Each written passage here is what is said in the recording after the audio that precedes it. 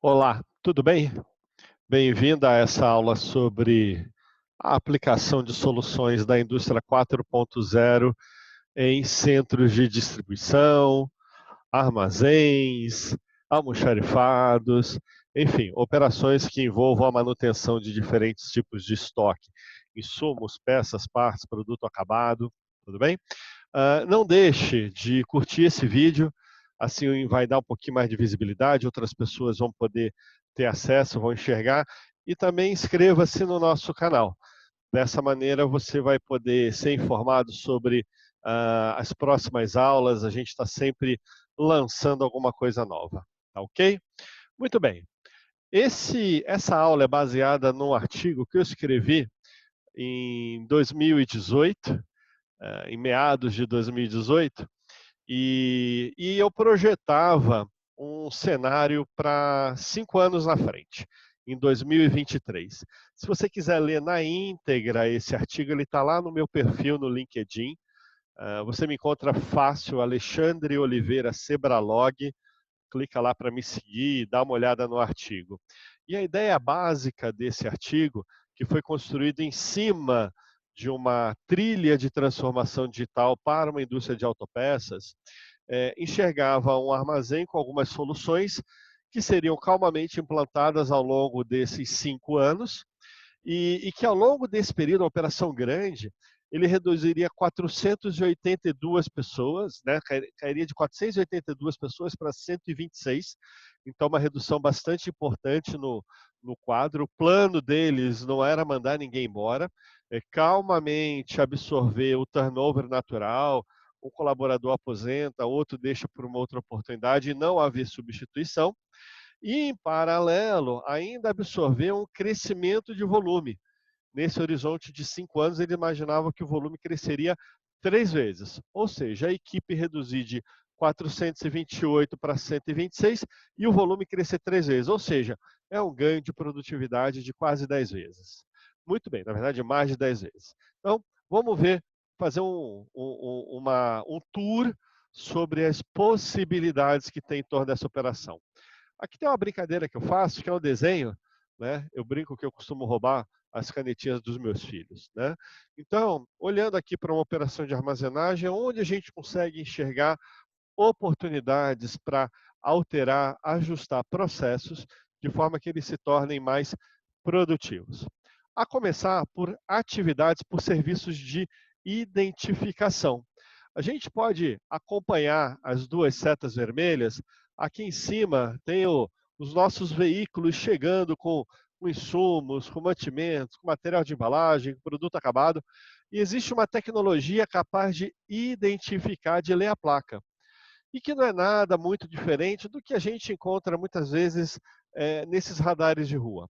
Essa solução é baseada num tipo de algoritmo chamado Deep Learning, que você está vendo aqui no rodapé da página. Deep Learning. O que é isso? É um algoritmo especializado, é um conjunto de algoritmos, é uma técnica que abraça um conjunto de algoritmos que podem, entre outras coisas, trabalhar no conceito do processamento de linguagens naturais. Em inglês, Natural Language Processing. Então, ele consegue transformar um sinal de áudio em texto, consegue ler um texto e transformar em voz, e consegue identificar a numeração de uma placa. Também, com técnicas de Deep Learning, é possível se fazer o reconhecimento facial. Então, os colaboradores entrando na empresa, e provavelmente aqui nessa estrutura a gente já teria um time para fazer a identificação do veículo, fazer a identificação do pessoal e crachá e portaria, tudo acontece de uma forma bem mais automática. Então, toda essa região aqui delimitada pela área pontilhada vermelhinha, ela acaba sendo influenciada pela aplicação de um conjunto de algoritmos dentro de uma metodologia chamada Deep Learning, que, por sua vez, está debaixo de um grande guarda-chuva chamado inteligência artificial. Inteligência artificial é uma área da ciência, uma área de estudo que tem quase 70 anos de idade e que estuda desde aquela época, desde os primórdios, técnicas de tratamento de dados, de resolução de situações que o ser humano naturalmente não seria capaz de resolver. Então, dentro da inteligência artificial, tem um conjunto de aplicação, um tipo de aplicação chamada aprendizagem de máquina, machine learning, e que dentro disso tem um conjunto específico chamado deep learning, que a gente está vendo aqui. Para saber um pouquinho mais, aplicar, vamos aguardar outras aulas, vamos ver outros programas mais específicos. Muito bem, uma segunda aplicação. Vamos imaginar o processo natural de recebimento de pedidos. Olha, eu vou pintar aqui de amarelinho, nesse canto aqui, eu tenho recebimento, tudo que vai chegar em D+1 e D+2.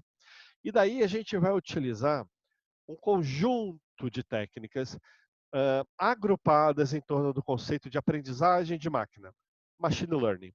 A gente vai aplicar em processos de recebimento, em processos de definição do local de um produto na estrutura de armazenagem, vai ficar em qual corredor, em qual altura, em qual coluna, em qual zona, tá? E a gente vai aplicar na definição das rotinas de picking. Essas rotinas de machine learning, eles conseguem fazer uma predição, que é uma espécie de um forecast, do volume que está saindo, do volume que sairá desse CD. Automaticamente ele começa a enxergar quais serão, nos próximos dias, as posições do armazém que vão vagar, ele tem visibilidade do que vai chegar, e ele começa automaticamente a fazer uma alocação 100% dinâmica dos itens, com o objetivo óbvio de permitir que a viagem, que o picking, que também é programado por esse algoritmo, aconteça no menor tempo possível. Ou seja, ele busca integrar o processo de recebimento, localização dinâmica das peças e partes, para permitir que ao longo de todos os próximos dias o processo de picking seja mais eficiente. É parecido com uma parametrização que a gente pode fazer no WMS. Só que é como se a gente atualizasse essa parametrização para um ponto ótimo a cada novo pedido que surge. E a gente sabe que surge um pedido a cada segundo, a cada minuto. Pois bem, a cada pedido que surge, ele consegue redesenhar toda essa estratégia. Imagina o tempo e o esforço que hoje a gente dedica com as estruturas de pessoas, recursos, empilhadeiras, paleteiras, para conduzir o pique, e isso sendo mantido constantemente otimizado. Uma terceira frente de aplicação, muito utilizado no relacionamento com clientes e com transportadores, também fornecedores, tá bom? A gente está falando aqui do conceito de blockchain.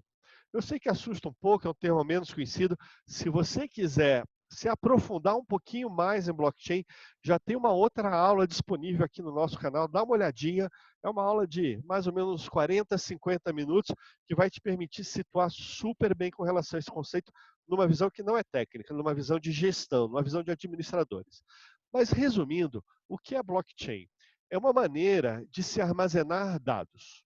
É um ecossistema composto por vários subsistemas que atuam de forma concomitante, ou seja, ao mesmo tempo, e que garantem algumas propriedades únicas na forma como ele é armazenado, consequentemente alguns benefícios, como a inviolabilidade, como a transparência, como uma grande segurança quanto a ataques cibernéticos. Dá uma olhadinha depois lá na aula e você vai entender. E aqui o que a gente está falando? Utilizar dois tipos de blockchain. Uma chamada blockchain federada e uma outra blockchain omnichannel. Essa omnichannel é como se fosse algo próximo à blockchain federada também. O que significa ser federada? É uma estratégia de armazenamento de dados combinados entre diferentes empresas. E aí eu tenho dado de recebimento, de envio, a gente fala lá do ASN, né, do Advanced Shipping Note, você começa a ter toda essa estrutura de dados muito preservada. E isso é particularmente importante se a gente fala agora de uma operação de e-commerce com transações online, em que o consumidor no B2C, né, numa relação business to consumer, tem os seus dados compartilhados na internet. Então a gente quer que isso fique bastante seguro. Automaticamente associada à blockchain, existe também uma outra rotina chamada Smart Contract, que eu também explico lá naquela aula sobre blockchain. O Smart Contract, eu vou trazer um paralelo, é um pouquinho tosco, mas ele é interessante para a gente entender a aplicação. Pensem num ERP, naquele software de gestão que vocês têm na companhia. Muito bem. Existe o conceito de workflow, que é a definição de sequência de atividades. Olha, Se eu recebi uma matéria-prima que foi feita uma amostragem, ela está no status de quarentena. E não vai sair desse status até que uma pessoa específica, por exemplo, no laboratório químico ou microbiológico, vá lá e libere esse produto do ponto de vista laboratório. Assim que liberou, vai para uma próxima etapa. Essa amarração fica meio automático, não é? Esse é o conceito do workflow. E também tem algumas rotinas, pensando no Excel, que a gente grava na forma de uma macro. É uma sequência de etapas. Então, imagina o seguinte, uma sequência de etapas que acontece de forma automática ou autônoma, e cada uma delas com uma série de pequenas rotinas que conseguem executar regras contratuais. Não apenas regras financeiras, mas também regras, por exemplo, de performance. Então, é possível integrar o acompanhamento das operações de recebimento e expedição com, por exemplo, um ciclo de contas a pagar dos transportadores. Muito bem. Vamos para mais uma aplicação. Aqui a gente está falando de realidade aumentada. Depois, se vocês quiserem, faz uma busca aí no Google, na internet, busca por realidade aumentada. Vocês vão ver várias aplicações que tem um operador no armazém com um óculos e ele olha para o produto estocado e automaticamente na tela do óculos começa a vir várias informações. Qual que é o produto, qual que é o lote, qual é a validade, se esse é o item que realmente deveria estar sendo separado naquele momento. Então, a tecnologia ou as soluções baseadas na tecnologia de realidade aumentada são uma tendência. Ainda há algumas restrições. Existem óculos que ainda são muito pesados, machucam o operador. Existem outras situações em que o operador, usando essa tecnologia, fica um pouco nauseado, um pouco mareado, pode dar um pouco de tontura, mas na fase de escala dos testes, já está num ponto bastante avançado. Ele traz o conceito do mãos livres, então você está lá, você já consegue, você precisaria em outras situações estar segurando o equipamento, ou você pelo menos ter um equipamento preso ao seu braço. Então isso aqui é uma grande tecnologia. Um adendo, a gente está vendo aqui os dois operadores com, parece que é um cartão vermelho, né, de um juiz. Isso aqui são handhelds, são tablets, são celulares, aonde ele consegue fazer a integração de dados dentro desse armazém. Vamos ver uma outra aplicação. Tá? Aqui a gente está associando uma estratégia de gestão à tecnologia de realidade virtual. Realidade virtual é quando a gente reproduz virtualmente todo o ambiente. Se vocês quiserem, é uma analogia muito interessante, naquele filme O Homem de Ferro, tem o Jarvis. Então, muitas vezes, o Jarvis ele projeta o holograma de uma determinada cidade, de um terreno. Aquilo é uma reprodução virtual da realidade. É um holograma. Tá? Então, o uso da realidade virtual pode permitir a gestão de operações no armazém como um todo e de dar visibilidade do que acontece em áreas que, a olho nu, né, a gente não conseguiria enxergar, mesmo porque é natural numa operação de armazenagem você ter várias barreiras físicas. Você está no local, tem um paredão de racks, um segundo, um terceiro, a gente não tem visibilidade do que está lá atrás. Muito bem. Uma outra aplicação, em situações de urgências, o uso de impressão 3D ou manufatura aditiva. Também, se você quiser saber um pouquinho mais, dá uma olhada aqui no nosso canal. Já tem uma aula sobre aplicação de manufatura aditiva em processos industriais. Imagina que esse armazém é um armazém de autopeças e que por alguma razão tem um veículo numa concessionária precisando de uma peça que não tem no Brasil. Precisaria ser importada. E o canal de importação lento, demorado. Olha, mais fácil.